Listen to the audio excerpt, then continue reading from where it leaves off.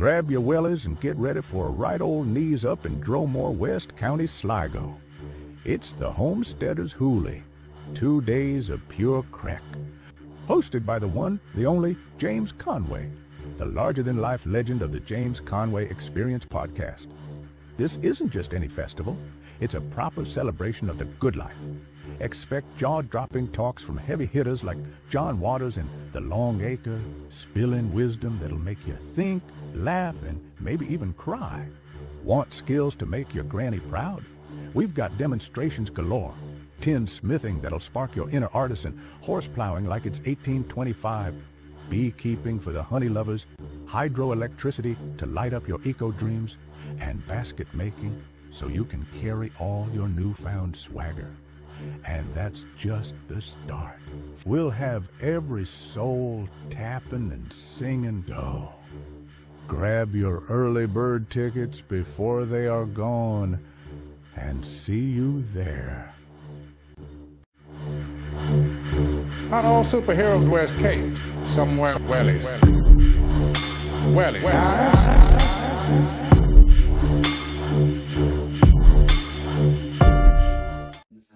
Once I go wide, then you can start singing happy birthday or something. No, we'll just tell No, you there's no happy birthday. There's no singers amongst us, so there isn't. Go on. Hello, everyone. You join us on our first birthday, and we're here with birthday. our friend of the show and friend in general, PR. You're very, very welcome. Ah, Jesus, I'm Good back to- again to try talk again. Blow everybody's heads. Yes, none says I'm going to blow on this before. Make a wish. Congratulations, James. It's been a very good year for you, and continued success with the farm and with the podcast series. You had some fantastic guests on over the year. I mean, really, really important conversations that had to be had. And I'm getting people coming up to me, every week, talking about the podcast. So it's getting out there. It's getting out there to the public. Jesus, I don't need to be eating any more of this. Jesus, I come down to James and he has a big lump of pie, and now he's stuffing me again with Oh, a cake. good apple tart. So it was. No, it's been an absolutely It has, fantastic James. It has. Yeah, And yeah. First and foremost, to all the listeners, Yeah. thank you. If there's any there with concerns about me dentistry at the moment, I'm waiting on new teeth. So I'll be eating me cake whilst that's going on. No, it's been a fantastic year. Yeah, It's been fantastic. It has, and you know what? It gave me hope.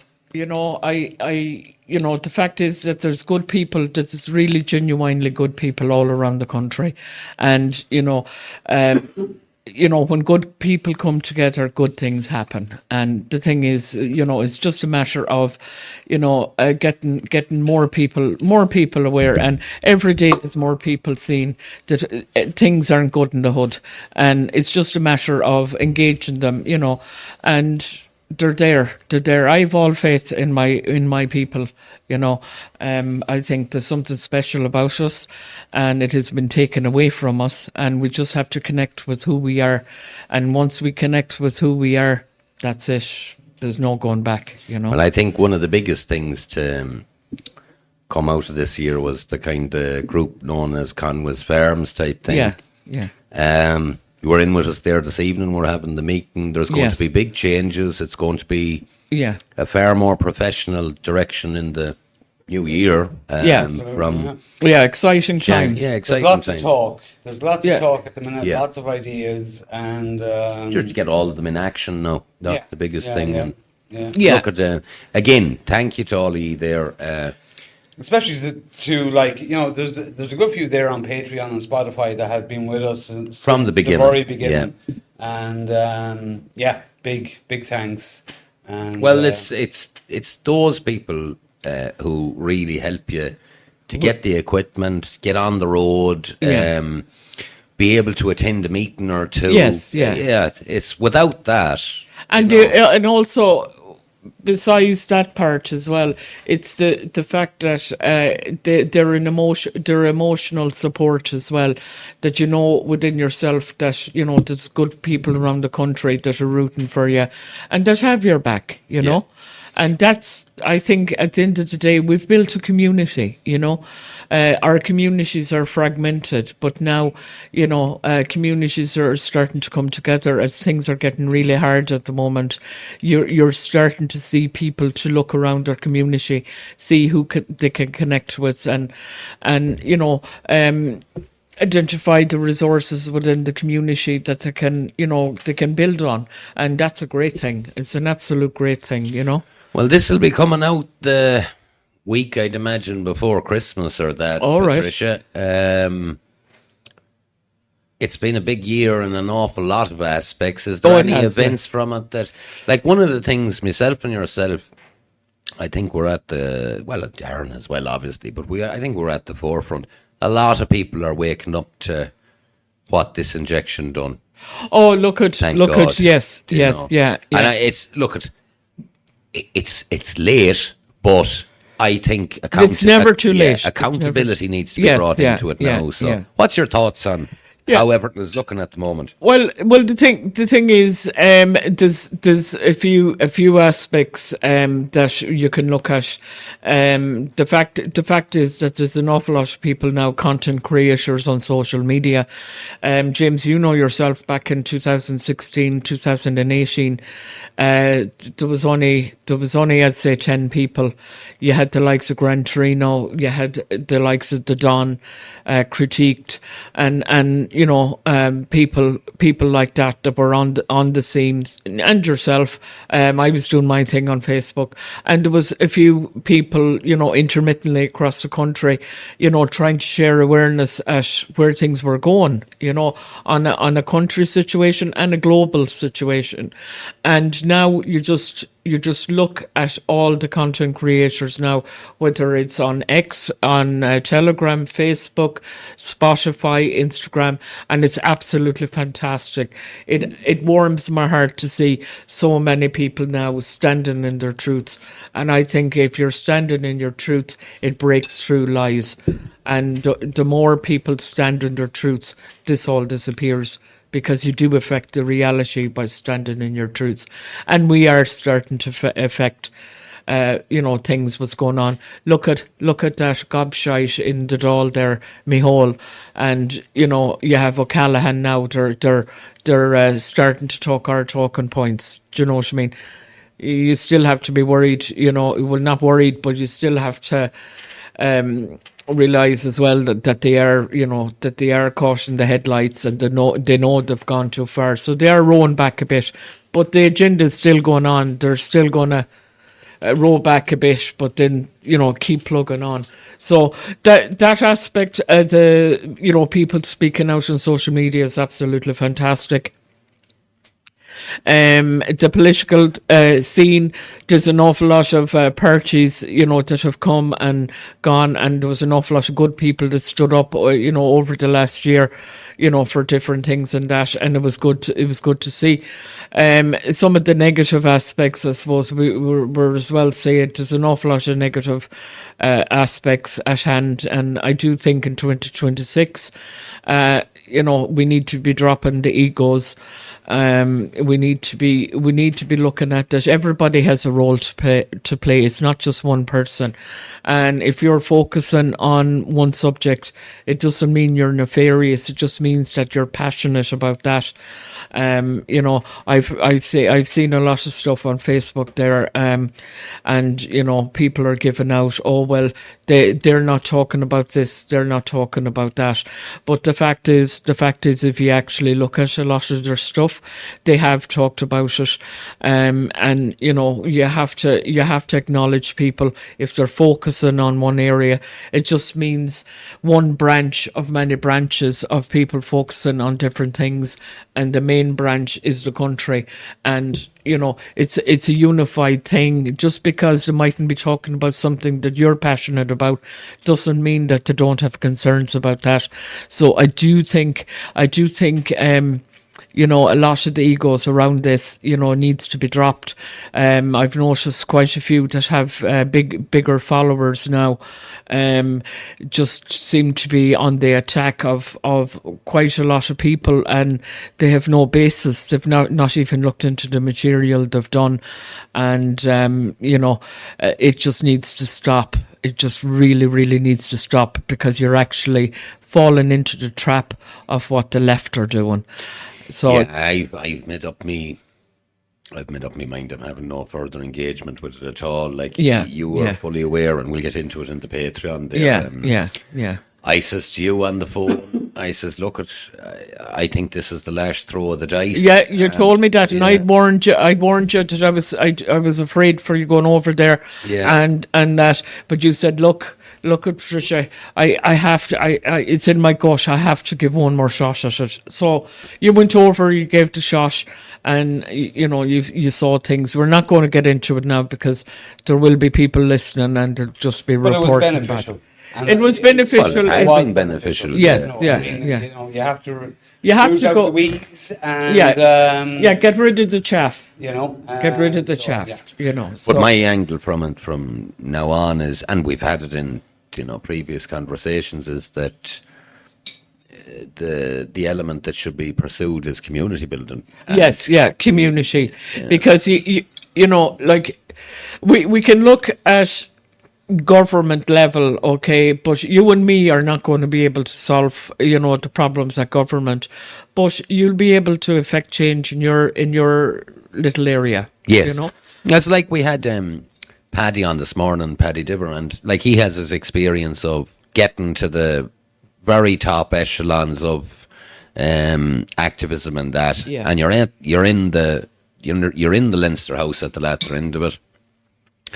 And he says you just see a bill that's designed to fail being put out, and members of your community going against you in some regards, because you've brought back, it's no more than Michael Collins with the treaty, you've brought back what people perceive as only half of what they were looking for, and then you're the butt end of it. So I've looked at it and I've said no. It's like that Roman emperor. If you could see the cabbage I'm growing, you'd understand why I don't want to be emperor. Do you know what I mean? That's my angle with it. I don't.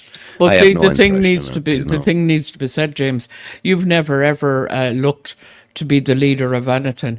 You were there to try and inspire people, you know, to stand in their truth and to start doing things, you know, within their own little area. Do you know what I mean? You never looked to be the leader of anything. No. Do you know? No. But there's a lot of people, you know, and they'd be of the line of thinking that, you see, I had no difficulty if there was a leader or something and I thought they were going the wrong way and telling them. Yeah. And they think that that's you trying to fuck them up, when in actual fact it's you trying to tell them, no, don't do that. But Just go the this thing way. is, you have to be self-critical. We have to be able to take a step back and look and say what's working and what's not working, and to be able to be grown up enough to say, right, well, this isn't working.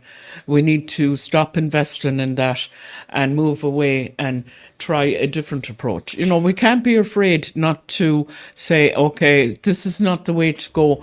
Maybe we might try something else, you know, instead of keep pushing and pushing the same thing over and over again, like the protest, you know.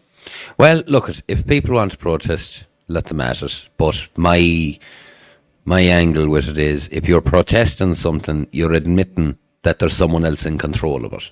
Yeah. Whereas if you take a step back and you just do what needs to be done, you haven't protested and you've just solved it. Yeah. Do you know? Yeah.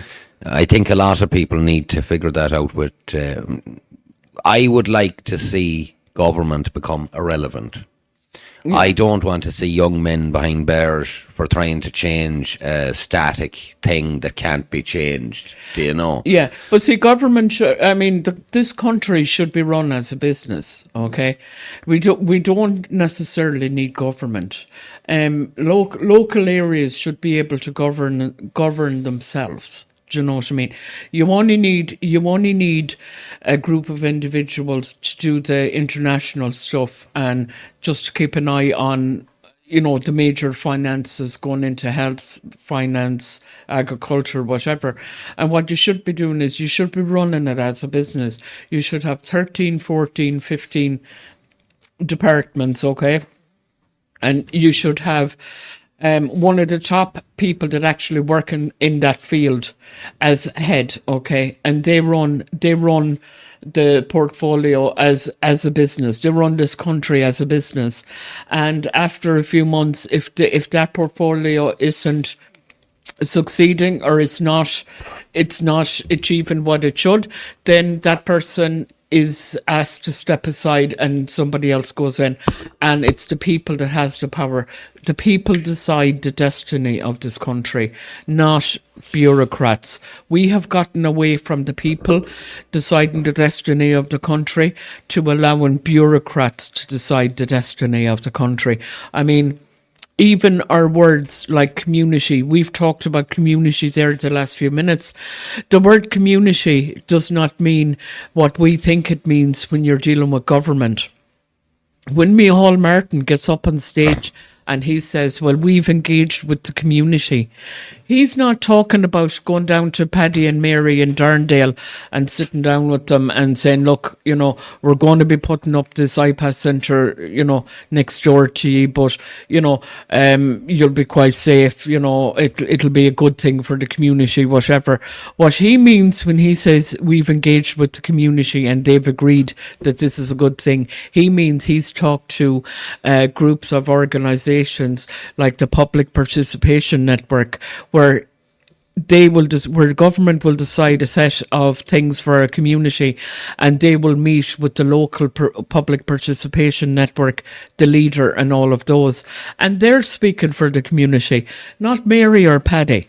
So it's bureaucrats within the wheel of government that are deciding what's good for you, not the community. So the community have no say in anything, and when you're dealing with these people, it's very, very important that you get them to define what they mean by community, what they mean by far right.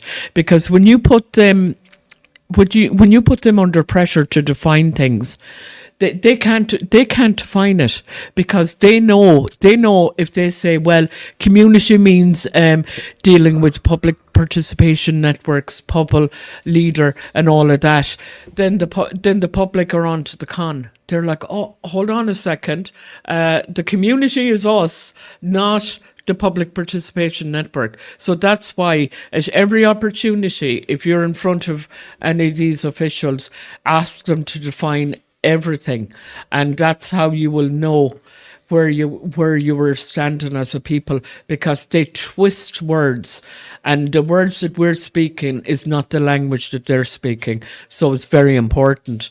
Also, as well, all of us are quite aware of the symbols that they use. You had Catherine Connolly there at every opportunity doing the inverted pyramid over her womb. Mm-hmm. That was a very significant symbol that she was doing at every opportunity. That was basically reducing the higher femininity. This country is under the goddess Eru, okay? So it's divine femininity, okay? So what she was doing was she was inverting it and putting her people, meaning all of us, into lower consciousness, putting us into disarray, and she was doing that at every opportunity. So we have to learn the language that they speak. The language that they speak is symbols and legalese, twisting of words. So it's very, very important to become familiar with how they operate, at those levels. Nearly a year ago, you were so ahead of the curve on the Beauvais subject, Patricia. And I've been watching the documentation now out of the countries that you said they're after passing the law on it, and now you have cattle just dying. Yes, yeah. Cattle that have gone infertile. Yeah. Calves that are aborted, fetuses, all the rest of it. Yeah. You were so ahead of the curve on that. This Beauvais to... Yeah. It was meant to be a perception to lower the Yeah, it was a food additive that was given to cows basically to reduce their methane output. That's what it was doing. But basically, what it did was it destroyed the cows because it was a synthetic material. Cows are not meant to ingest synthetic material. Neither are humans. So basically, you had animals completely gone down. But not alone that, you had that farmer as well. That farmer was around those animals. Those cows were also pooping, and that's gone out in the field.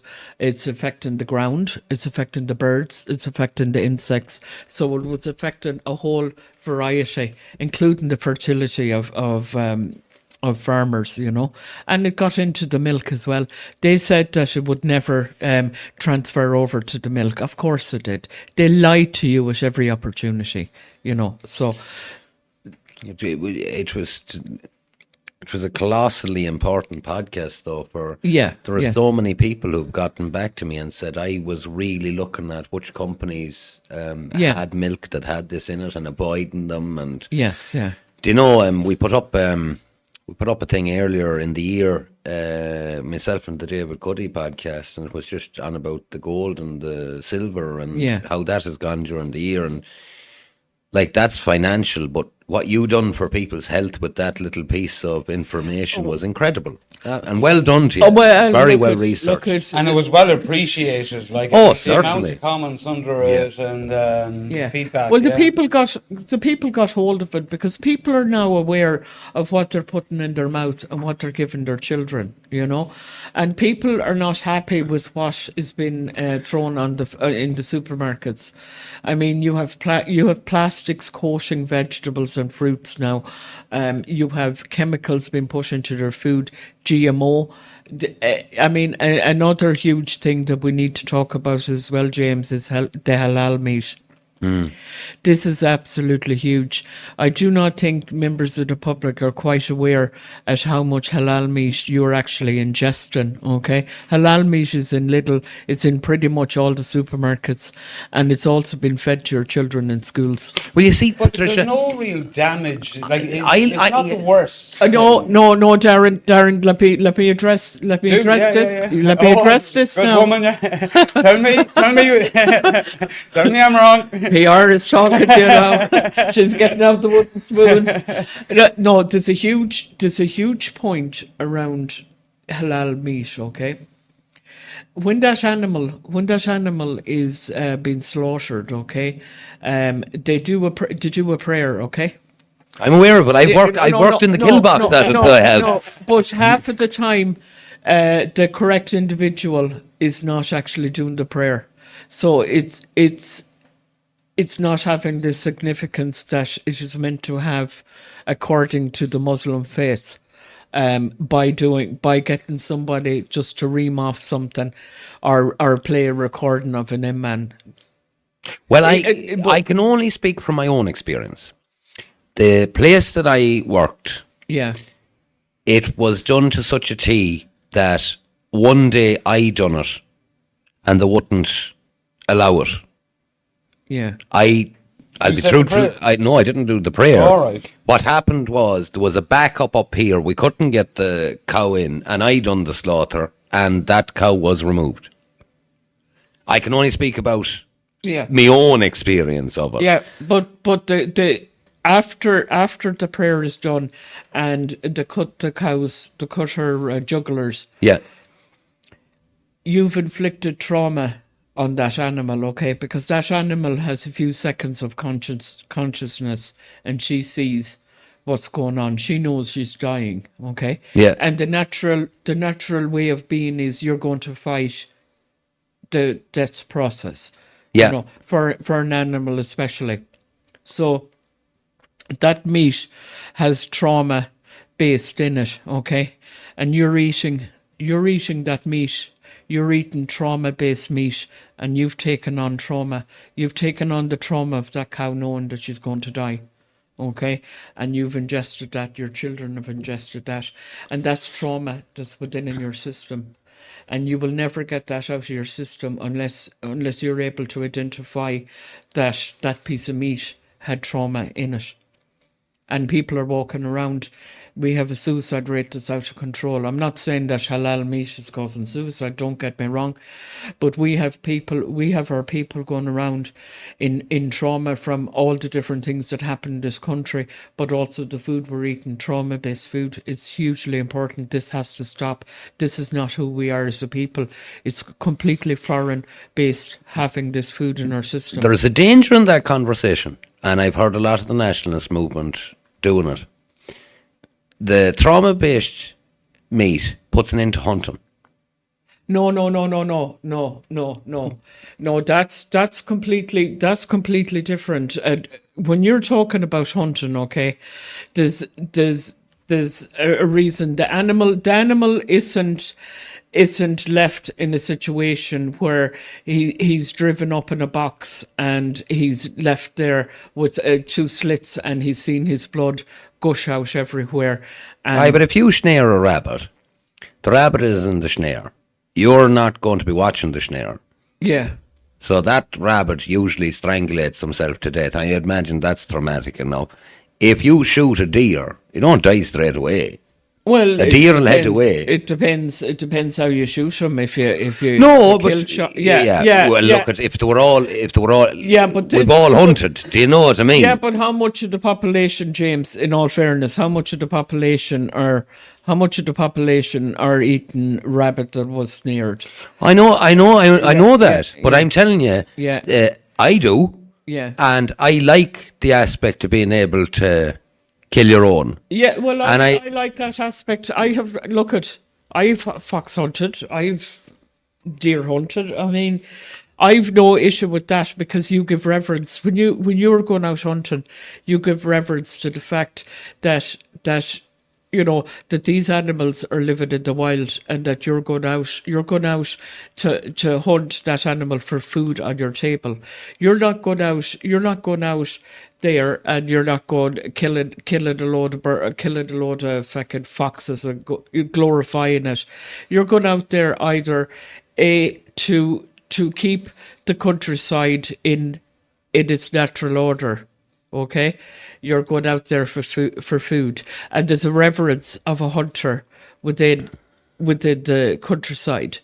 It's completely different to what is going on. Well, you see, I think I've watched a lot of this on the social media thing. I've watched, and I've stayed back from it because and it's only a difference of opinion. But my opinion, we can agree to disagree. Oh, certainly so. It's the unintended consequence, right? Yeah. If you want to remove every degree from killing, there's consequences to that. Oh, I understand that, but the thing is, we have a set of protocols when it comes to slaughtering of animals in this country. We never had slaughter of cows by halal 40 years ago in the country. No, if we did, it might have been one remote individual that did it once or twice. But on whole, we have animal welfare and there's a set of protocols when it comes to euthanizing or putting down an animal. But the protocol that's in it, and I've worked in both. Yeah, I know that. The protocol that's in it is, in the modern age, it's a bolt gun to the cow skull, and this is bled out animals. Yeah, the only difference between the halal is the bolt gun. That's all. But when we go back the couple of years, there was no bolt gun. We can't. Before all that welfare, like farmers had their own cow that they kept. In an abattoir, there was a poleaxe. Yeah. In an abattoir, there was a poleaxe. So but where did you hit the pole? Where did you hit the? There. Yes. And you put her straight into. Patricia, not everyone worked at the abattoir. Oh, I know. And not everyone brought the cow to the abattoir. Okay. But we are having this. This is coming en masse in this country, and as far as I'm concerned, this meat system is trauma based. But the meat system as well, and there's another section to this too. Is I think it's banned in England and France. It's banned in France. It's not banned in England, but they're trying to get it out of England. Right. They're trying to get it out of England, and they're looking into Ireland to up on their processing. But our farmers are benefiting from the export market to France on the back of the halal. Oh yeah, I know. And England can't meet its own demand for halal meat. Oh, I know. Well, I'm just making people aware. I think it's one of those that what you say is, don't eat it yourself. Yeah. But I think there's a ball of unintended consequences that people hasn't sat down and thought about. I do know, and look at. We can go into further because. You just look at what happened over there in Canada with the ostriches, where there was a whole bunch of ostriches killed by the Canadian government. You now have the avian bird flu now in this country, and they're slaughtering healthy birds up and down the country. Do you know what I mean? They want the animals gone. You're talking about elderly people that present with chest infections in the hospital now, and one of the first things they're asked is, have you a dog or a cat in the house? Oh no, they're not good to have in the house. You'd need to get them out, Because the halal thing to me, and as I said, I kept quiet on it. Yeah. I think the argument is going to be made.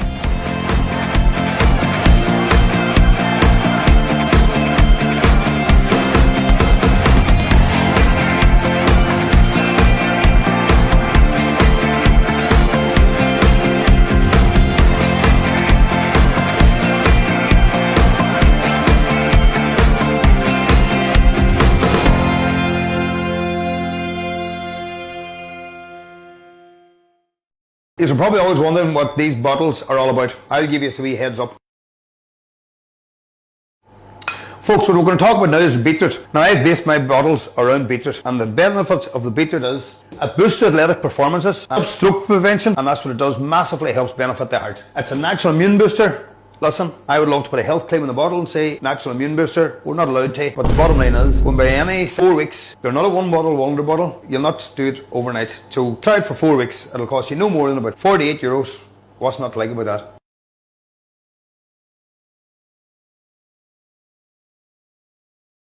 When the storm hits and the power goes out, you shouldn't be left stuck. The handcrafted Donnelly rocket stove gives you reliable cooking anywhere, anytime. Using just small bits of wood, it's efficient, eco-friendly, and built to last. Cook outdoors with confidence, whether it's for emergencies, camping, or everyday use. Order yours today at donnellystoves.com and use code CONWAYEXP for €10 off your order.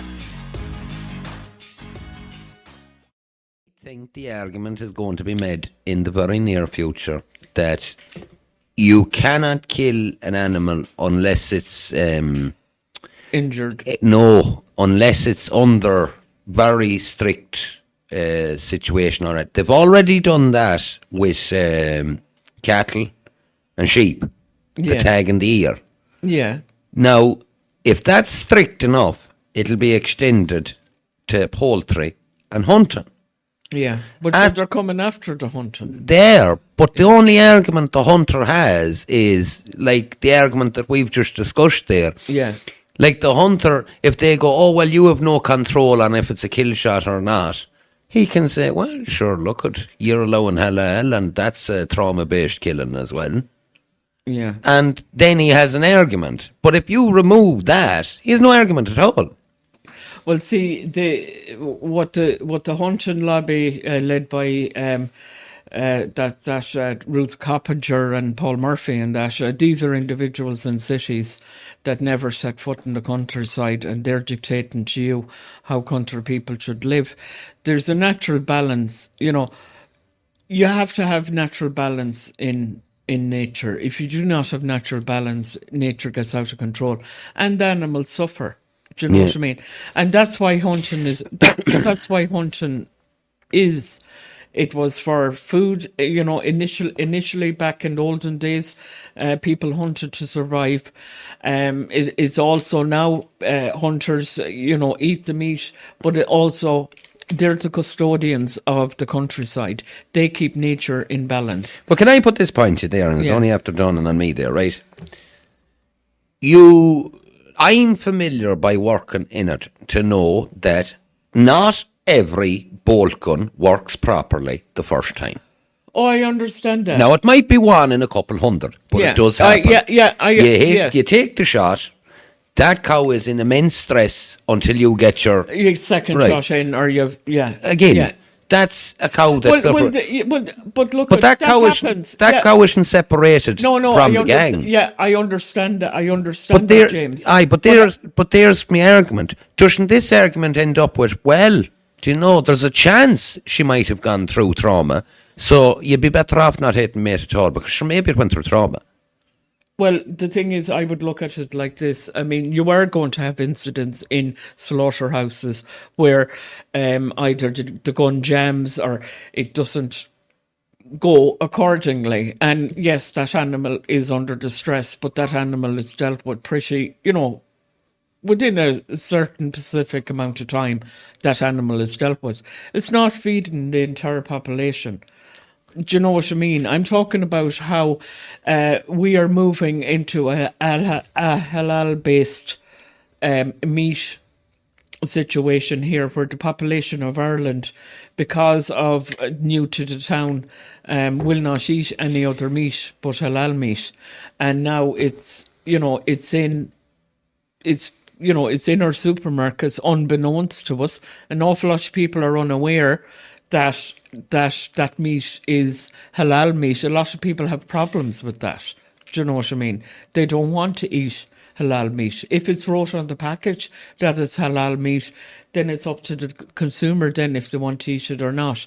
And the thing is, I personally feel that the cultural ethos of a new to the parish should not dictate the whole country, and that's where we're going. That's where we're going, is into this, and it's been fed to our children. The likelihood of a child eating a trauma-based animal all the time is pretty low. I mean, if daddy shoots a hare or he shoots a rabbit, you're having that once a month or once every few weeks. You're not having it every day, daily. Like there is a spiritual aspect to it. But sure, the halal in Sligo was the main supplier for the Northwest for decades. So the predominant likelihood was, if you were reared in that area and had ate beef in that time, you were eating halal every day of the week. Well, that was unbeknownst to the people. The people didn't know that unless their families were working in that factory. Do you know? No, but sure, it was being every butcher. Do you know, the butcher stopped killing? Yeah. So they were getting the full carcass or the half carcass, and that was coming from that factory. Well, yeah. Well, I suppose in that neck of the woods, yeah. But what I'm saying is that, yeah, that could have been, but that was wrong as well. People should have been. People should have had the choice. I mean, I personally, I'm against halal. As far as hunting goes, a hunter does not go out with the intent that he's going to inflict harm on the animal. He goes out with the intent that he's going to cull an animal either for the plate or to lower the population of a certain animal in the community. Do you know what I mean? For the betterment of the countryside. Do you know what I mean? And I just feel that we're moving into a stage now, and people need to look at it as well, what's going on around the country. There's mosques gone up all over the country, and our country's been taken out from under us. And this is part of it. They're increasing the levels of halal meat all around because of the high proportion of Muslims in our community. And look, the thing is, it has to be said, and I personally believe on a spiritual level that it is trauma meat that you're eating, and you're taking it upon yourself. Oh, I think do you know what I mean? I have no doubt that there's a bit of adrenalization and all that occurs. I've no doubt at all, because, as I said, the prayer said the jugular is cut and she flails about then. Yeah, but James, the Isn't prayer. there a thing with the meat as well that it all tenses up? Oh yeah. Well, they're aware they're dying. Yeah. Do you know? Yeah. This is the benefit of the bolt gun, which is, you kill it. Do you know? It's an instant bang, brain is gone now, do you know? Yeah. And it's not like their head is blown off or that. It's a bolt directly into the centre. Yeah. You draw like a cross, strangely enough. You take the cross between the two eyes and the cross at the centre point there, and where the two intersections goes, bang. Yeah. And they die instantly. Do you know? They're gone. Yeah. And then the throat is cut. But with the halal one, it is as simple as a prayer, and then there's like a thing on two rams that comes in under the beast's head and pushes the head right up that the chin is there, and then you just go in there, cut it, and your man he edges it between each one. It has to be cleaned thoroughly and then edged between each kill. Yeah. But one of them had should put you in mind of a machete, and the other one had what would put you in mind of a sword. Do you know? Depending on which one was doing the killing, they both had their item. Yeah. Do you know? But I just it's something I've thought deeply about, and if we introduce the laws to get rid of it, I don't think it stops at halal. I think it keeps going. I think a lot of people are unwittingly on the side of the root carpenters and that want to stop any format of you do that yourself. Do you know? Yeah. Well, I wouldn't be on that level. Yourself. Well, I'll put it to you this way: what if ending halal means ending pork? Well, it wouldn't mean Indian. No, but everything is a slippery slope, you see, and we've learned this over the years, Patricia. Yeah, I know. You start somewhere and it ends up somewhere you never thought it was going to end. Well, look at it. I mean, the thing is, we know where this is all going. They don't want us having animals in our, they don't want us having pets. They don't want us having animals at the end of the day. That's where it's going. You'll own nothing and be happy. That's where we're going. They're getting rid of fast fashion. They're getting rid of, all aspects that we enjoyed, all through the years. But I just feel on the spiritual side of things, as a people collective, that wasn't a practice, within our culture, the halal practice of killing their animals. And I would disagree. I think we had a practice that was ridiculously similar.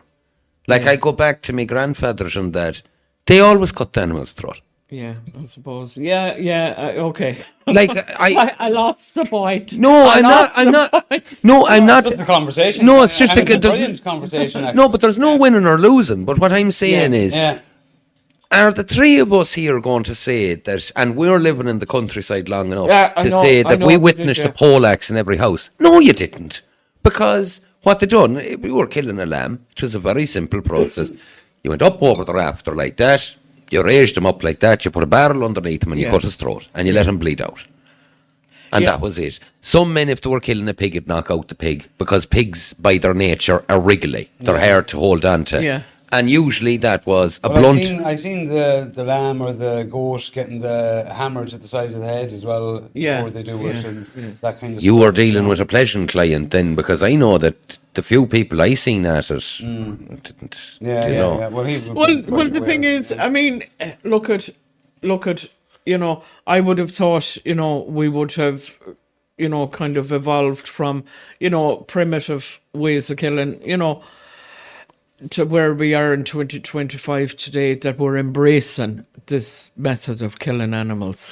No, but you see, I think what it boils down to, PR, ultimately is there's no nice way to kill something. I know, but... Do you know, and you end up, and in fairness to it, do you know the death row thing in America, which is a very interesting subject? Death row? Death row. The executions, right? Yeah. All of these conversations is had, like, what's a nicer way to kill a fella? Is it the electric chair? Is it a firing squad? Is it, what's it called, a lethal injection, where he's fully aware that he's going? Electricity, That's what I'm saying. Yeah. The truth of the matter is, anyone who's aware that they're about to be killed is not nice. Yeah. Oh no, I know that, I know, but I just have the spiritual aspect, because the thing is, as Irish people, we're carrying huge trauma. We're carrying our parents' trauma. We're carrying our own trauma. We're carrying our ancestral trauma, and none of it has been addressed. And this is why we're in low consciousness as a people. We don't know who we are, and it's something that is never addressed. It's brushed under the carpet at every opportunity. Did you ever see the fellas? They do promote it a bit. They put the trance on the animal. Did you ever see that? The what? Sorry. They put a trance on the animal. No. It's they'll go out and they'll go to a sheep there, and it's in Arabic and Eastern European culture. Oh yes, yeah. I see. Yeah. I have to say there's something to that. Yeah. And like we used to do that with the chicken, though. Like, when you cover the head of the chicken, like, and put them to sleep. Yeah, it literally puts them to sleep, Yeah. and then you just slowly, you put the thing, and then you're holding it. It's not really, but something similar to that, is it? More than likely, but you see, these fellas all seems to acknowledge that what they say is that you're taking this, you're acknowledging to the creator that up above, I know you created this, but I needed to live. And, fair play to him, he's lived a good life, all the rest of it. And, it's over. Well, it sounds a bit like the herbalist thing, asking permission to pick, from nature. Yes, yeah. And you leave some behind. Look, it's good intentions, and that's a good thing, Yeah, I think what's it called? I didn't want to argue with Janet. No, we're not. I've been observing it from a distance, and I've kept quiet. Yeah. Well, I'm looking massively thing for myself. I just kept quiet and thought about it. Do you know? But see, look at the thing is, I've been doing a lot of kind of research into the psyche of an Irish man, woman in 2025. And compared to the 1800s, and we're every 100 years we're going through the same trauma that our people have gone through 100 years ago. We're recycling it again, and the thing is, there's been so much stuff done to our people, from our own people, and from invaders that have come into the land, and we've taken it upon ourselves, but we've never healed from it. Is there a danger, Patricia, and you'd be clever enough to see this too? In the modern age, there's a different type of problem. So I can guarantee you, if we were both sitting here in 1910 in this shed, having a conversation, we'd both be so hungry as we wouldn't be too worried how the bastard thing died, as long as we could eat it. Do you know what I mean? Yeah, but see, the thing is that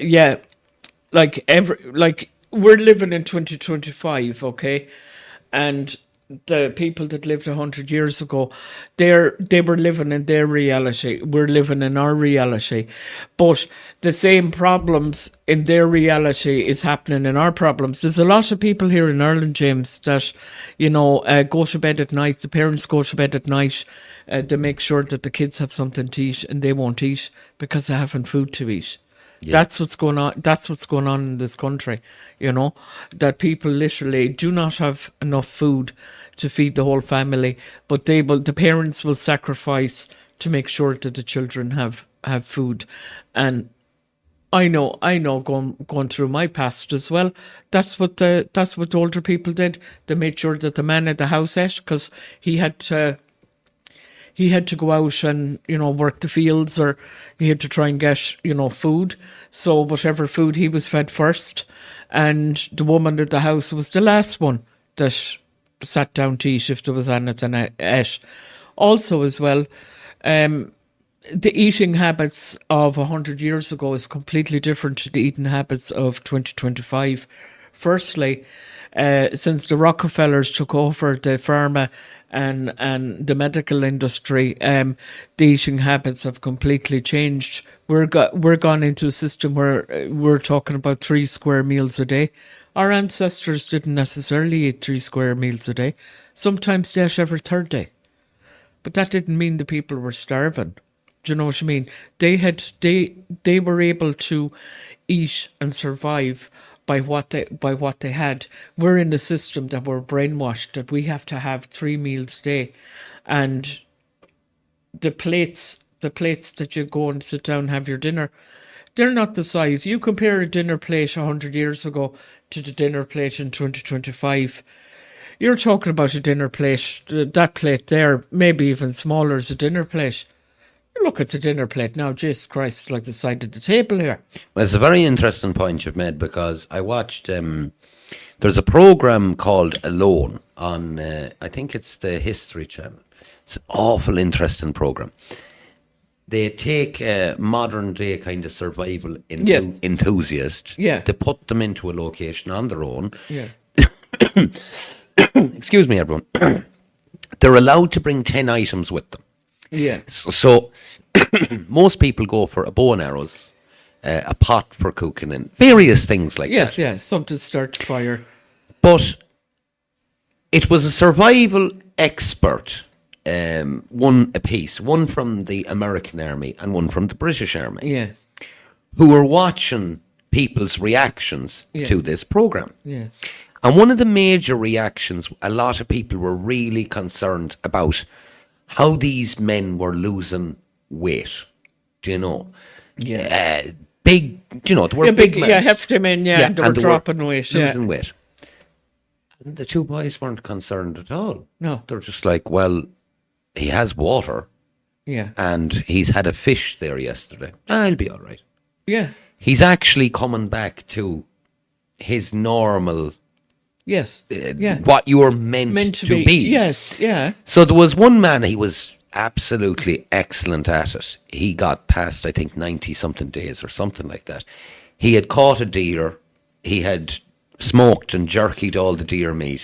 Yeah. He was facing into the winter. And he was happy, comfortable. Quite happy. And they come out and they say, you know, would you last much longer? And he's kind of like, oh, keep going. And, well, you've already won the competition. And he's like, oh, cool. You know, I can go home now. But the two survival experts were basically like, that man could live there forevermore. Yes, yeah. Because he had came back to his natural state. Yes. He was totally off sugar. Yeah. He had found some access to salt. Yes. They were quite confident that if he had to live there, he was fine. Yeah, yeah. With those 10 items, he's sound. Yeah. Now, maybe not rear the women and kids, if you get me, but him as himself. Yeah. But I suppose the point I'm making is, in the modern age, there's a lot of people who could come back to a state of physical health that they might... Myself included. No, I'm not saying that. No. But a lot of people could come back to a state of health that someone might say to you, oh God, you're wasting away. Yeah. Well, you're not wasting away. No. You're actually coming back to where you're meant to be. Because that's the Rockefeller indoctrination that, you know, you have to be, you know, plump looking and that. You know, you're only supposed to eat every third day. Your body needs to fast. It needs to get rid of the toxins in your body. And it cannot do that if you're eating food all the time. It has to eat the toxins in your body. That's why you're only supposed to eat every third day.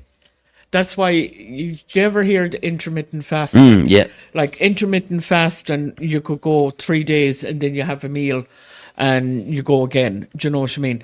And your body is getting regulated. It's your body is breaking down. It's getting rid of all the shit that's in your body. That fat and the sugar and all of that is getting eliminated because it's getting eaten by your body, because ketosis, because your body is not having food that we've been programmed to eat. So what does it do? Well, she's a layer of fat there around her belly. Okay, my body is starving. Well, I'm going to attack that. So all of a sudden, Patricia, in 3 weeks' time, she's a nice slim belly, which I should have. And that's because I haven't been eating food. I'm not dying. I'm still drinking water. Do you know what I mean? And I'm having food on the third day, and I'm making sure that it's a balanced food, clean food. and your body is thriving. Do you know that if you have a spoon of honey, it's enough food for you for a day? A spoon of honey. That's enough that you will survive. If you were ever in a survival situation, if you had a spoon of honey a day, you'll last. You'll last until the next food source comes about. Spoon of honey. And sea moss as well. Sea moss has 94% of the trace minerals that your body needs as well. Do you know what I mean? This is the element I was talking to Paddy this morning about. It was the whole Kellogg's thing. You know, breakfast is the most important meal of the day. Well, that's not a true statement. No, it is not. It's a marketing slogan. It's a marketing slogan, because what do you do first thing in the morning? You wake up. You have, you know, for the adults, you have a cup of coffee, a cup of tea, and you know what I mean. You know, you might grab the cornflakes there. And what's cornflakes? It's full of sugar. It's and full, salt. Full of sugar, full of salt, and full of chemicals. Mm-hmm. So immediately your body is in distress because you've eaten chemicals, and you've eaten sugar that is too much for your body when it's just starting to wake up. So what is done with that sugar? It's stored in your body. So then all of a sudden it's 12 o'clock in the day. Oh, it's lunchtime. I better have some lunch. So then you go and have lunch. And the way our food is made now, they've hidden sugars, synthetic sugars in it. You go and think you're having a nice, lovely meal. You have let's say you decide, oh, I'm going to have a salad. You know, I'm going to go with the healthy vibe. And those salads are sprayed with shit, and they're full of chemicals. And there you go, you're eating that, and your body's processing it. And all through today, you're having, oh, I might have a protein bar now, I won't be having dinner till the evening. And then more shit in your system, and that's putting your body in distress. And over time, you'll start either having high blood pressure, you'll start having stomach problems. You know, you'll have all of these different issues because you're not allowing your body time to process the shit. You're keep bringing in food, and the body is processing the food you're eating, but it has no time to do anything with it, so it's storing it, you know, and that's what a body does, you know. Oh, you know, I eat a load of food, you store a bit for the rainy day. But in a natural way of living, you're only eating to put nutrients into your body, and then you're letting your body do the work instead of you doing the work by filling your body full of shit. There's no nutritional value in most of the foods you're eating today, unless you're growing it at home, James. Mm-hmm. And you know yourself. We had a conversation there, I think it was in September, and you said, oh, Patricia, I had the most amazing meal. So I'm thinking, Jesus, was he down Ballina in the takeaway there? And he goes, no, I grew my own spuds, I had my own spuds, I had my own bacon, and I had my own cabbage. And I was going, holy fuck, that's right, sure, didn't he plant the whole shit during the year? I was going, that's the way. You every bit that you ate on that dinner was yours. You reared the pigs, you planted the cabbages, and you planted the spuds. Yeah, it was pig from earlier on. Do you remember when we had the bigger ones there earlier on? But it was your. But it was there, yeah. You know, but what I'm saying is there was no glyphosates. There was no transport from Brazil. It was from your own. It was your own soil. Your native food from your soil is so important to be eaten. Your own biome. And that's the way we've all gone away from it. We're getting spuds from Cyprus. We're getting tomatoes from Spain. I'm boring, James. No, I'm not. It's just that we're 3 episodes into it, Patricia. Sorry, my dear. No, you're all right. I know. I was off camera. I tried to be on off camera. Sorry. I have a tendency to waffle off. People usually not. No, it's your own biome. It's your own biome. Yes, yeah. No, I think that's that's important. It's important to be eating your native food. It's grown in your native land, and it's a spirituality around eating your own food. You've put effort in, you've put care in, you've grown it, you've cooked it, and it's your people that's eating it. Isn't Vincent doing fantastic work online at the moment? I cannot tell you. He's really came out of his shell with regards to the year. The few podcasts, the bit of an event down there. He's really coming out of his shell. Well, I have christened. I have christened. Oh yeah, yeah. I have christened. I have christened Vincent as the James Conway's bird. That's what what Vincent is. He's our bird, because what he's speaking is pure wisdom. It's ancestral wisdom, and it's very, very important. I know a lot of people, they don't take it on board, but you have to let it sit. Okay, the thing is, he's coming from a spirituality that's on a higher plane. I understand what he's saying, because I'm there. I get 100% what he's saying, and just give him a chance, because what he's saying is just pure wisdom. Yeah, he's very good. Absolutely and just brilliant. the way he goes on journeys and can kind of nearly look into the future and that kind of stuff. So before we go over to Patreon, the two of you, predictions for 2026. Oh, you go first. Oh, jeez. You go first. Yeah. No bother. No. Oh, I love doing this. I love it. Well, I do think that we are going to get more people on board. I do think there will be stronger voices than us coming to the fore, which is a good thing. I also think the political thing is done and dusted. I do not see a political solution out of this whatsoever. I do think that Trump is, I'm going to say it here first, I think Trump is the individual that is bringing in the destruction of the US as what we knew the US. He's there to bring its downfall. And he's doing a mighty fucking job. Because I saw a documentary there last week, and I tell you what, like, some of the cities over there, they're destroyed already. Well, my cousin... Streets closed, like literally whole streets, and you wouldn't have... And these shooting up centres everywhere now. Safe places to go in and shoot up and get your fentanyl from a reliable source, and all this kind of madness going on over there. Yeah. Also, my prediction as well is that something I'm going to be starting the next few weeks is the authentic woman is going to knock off the neo-feminists off their pedestal, and the authentic woman of Ireland are going to grab the reins and dethrone these neo-feminists. So they would be my biggest three, basically.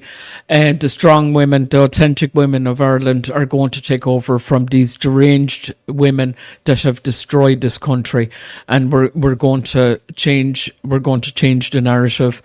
I do think there is going to be some hardship coming on board, but I think, we've gone through hardship before, and we'll get through it. We'll get through it again, and it's all by surrounding yourself with good, authentic people that do not have egos and only have the best interest for you. So they would be kind of my lookings at it. Go ahead yourself. I think a lot of things, but I'll just suggest the ones that I'm pretty certain of. I think the artificial intelligence stock bubble falls apart, leading to a financial crisis that spreads rapidly around the globe. I think a lot of financial institutions that people thought were very, very big hitters will be found to be insolvent. Yeah. I think that will lead to a very, very difficult period. But what we've done here, we'll have the ability to get through it, navigate through it. Get through it, yeah. I think unfortunately, I think the rates of deaths of despair are going to go up. Yes, yeah. I think on a political standpoint, I think Sinn Féin will split up. Oh, yeah, that's definitely, that's, into yeah, two yeah, that's it, charities. yeah. I think Ain 2 will come to an end. I think there'll be much upheaval and much people touching cloth, trying to figure out what's going on and all the rest of it. And where I'd say to them is, don't get caught up in that nonsense. Develop your community. Yeah. Develop your skills. You will get through this. Yeah. I think cryptocurrency falls apart. And that's all I'll say. I think cryptocurrency... Well, I certainly have, and again, I wouldn't have much insight into a lot of it. And over the last few months, I've done quite well at avoiding a lot of the. You've been current on it. affairs. Yeah. I have done. I have to say, if there's one achievement I've done, it's like.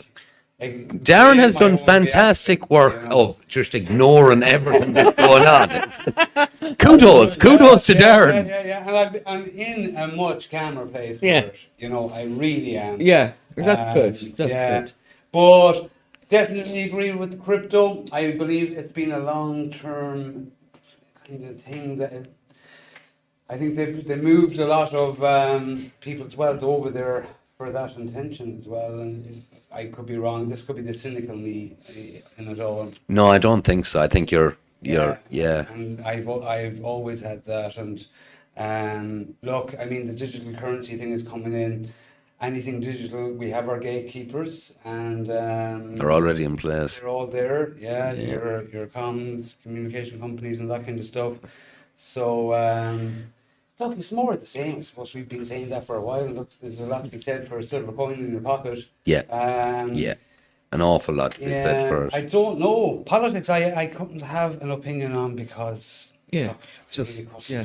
Well, I don't really have an opinion. I'm just making predictions. Oh, yeah, I'm just. same as I that, think Sinn yeah. Féin will split up, and I think do it will believe work that on. we will have certainly a crisis. I do think it's probably going to be a communications failure. I've just got wind of. Fucking say it, Darren. When is the alien invasion? We all know it's coming. Yeah, I don't know about the alien invasion now. I'm not sure on that one. Yeah, like, look, we're all waiting for that. Look, we'll all have popcorn out then. But I'm not fucking buying it. No way. Until the fucking 9-foot figure comes in and fucking probes me. Yeah, you're all right. I do, however, think it's the last thing to pull. The alien invasion. Well, what else is left? Project Bluebeam? Oh, well, Yeah. Oh, that will probably happen, all right. Well, the foundational- I think we're talking about 10 years before we see that. Genuine. Yeah. I think, like, again, we have to remind ourselves we're in a slow motion fucking movie kind of thing. You know? Yeah. It's all very slow, and that's what's bothering us. We'd love to a boom, boom, boom, boom, and let it fucking happen, you know, but it won't. Oh, and a book. I forgot. We're writing a book. I forgot to say it. 2026, I predict you'll be able to buy a book. We'll have it wrote. Do you remember I sent around the WhatsApp with the forward to the book? I have to write the fucking book now, so I do. That disappeared on me, yeah. It popped up on my screen and then it disappeared. Yeah, I have to write the book. Yeah. Yeah. What else, Darren? We're in this slow-mo car crash. Yeah, we are. What else? I think that big communications failure is going to be... The 10 Days of Darkness. Yeah, I believe something like that is going to happen. I believe that's going to be a 2026er. Okay. That would be my beliefs. Other than that, like... Much of the same. Much of the fucking same. Yeah. Yeah. Tic-tac-toe and political theatre and... I mean, yeah, there's a lot more that we have to do first. We have to go to war first. The old communication system has to fail completely and be replaced by something new, and then the aliens come, and then it's done. So it is. Jesus Christ. What? Well, that's the plan. That's their plan, like. Yeah. I think it's became so ludicrously. Like, if you heard... do you remember... Where were we? Do you remember when we were down at that bridge... the time of the COVID on about Yeah. like, do you remember when they had the little campfire going and I can't get over how much me and you said that has now came to pass. Yeah. And we were talking about sequences of events, do you know, Yeah. like the pandemic and then the obvious increase in people's deaths and then the, Yeah. how would you say, the banking failures and stuff like that. And it's just one thing after another. And I think the only bits we haven't came to is World War III and aliens. I think Yeah. that's literally the only bit. Easy, in my eyes, it started. Oh, it has. It's on. You know, Yeah, in my yeah. eyes, it started. It's just, it's not declared. And yeah, I don't know. Another thing that actually just popped into my head is there's a new pension plan coming in. Oh, there is, yeah. Anyone, any info on that? Well, basically, they're going to be taking. I think it's 1.7% out of your wages. Yeah. Now, my question is, And you get an option, 3 options: high risk, low risk, medium risk, and everyone is automatically put onto a high risk. yeah. That's all I know. But the thing is, Darren, why are we paying PRSI? Oh, yeah, this is separate to that anyway, because I've asked that question. No, do you know- And, it has nothing to do with USC either, and that's there. That was So, another lie Pascal Yeah. told. Oh. That it was only going to be temporary. Oh, yeah. And then a few months later he goes, "Oh, I never said it was going to be temporary. Where did you get that idea from?" Well, it was your man introduced that, though, wasn't it? Just the other fucker The big introduced boss, that. he's passed. And Cohen. Yeah. Brian Yeah. Cohen. Yeah. Oh, God. Yeah. Look, don't worry about your pensions. You won't get them anyways, so. Yeah. On that note. But see, the pensions is because the pensions is a money grab of the people. Of course it is. It's you're never going to see it because they'll have you in the pod if you do get to 60. They'll have you in the pod. Yeah. You know. If you're lucky enough to see the pod. Yeah. Anyways, that's it, guys. We're going to shoot over the Patreon. They're going to kill you all. Follow us to Patreon Yeah. for more doom and gloom. Thank you.